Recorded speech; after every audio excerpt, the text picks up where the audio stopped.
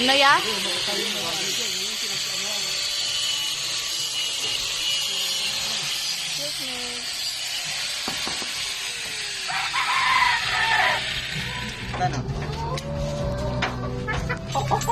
Ay, putre. Baka kasi tukain ako eh. Hindi! Nakakalmot yan! Thank you ah. Tiyan ka lang yan. Smile ako. Ay, nasa dulo. Hindi mo makita. Kinakata ko yun. Kapatay si Miguel dito. Maling sa manok yun. Sila kumuha ng manok na yan eh. Oo, umagang-umaga tumatakbo ko dun sa Q-Mart. Yung sa ano yun, yung sa may kubaw. Nabago na nga eh. Ligaw-ligaw ako eh.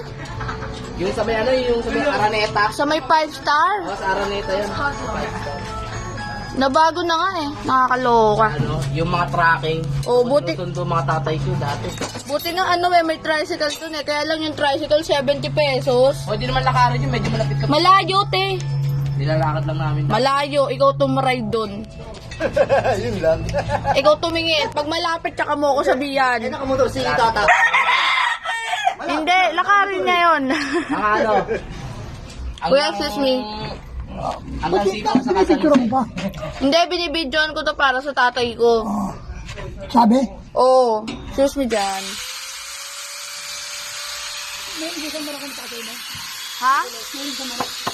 Oo, habi niya to eh. Wala bang manok dito? Ah, wala ba?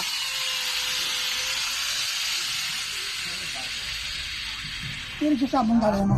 Ha? Meron siya sabong. Oo. Ta, excuse me. Mahilig ka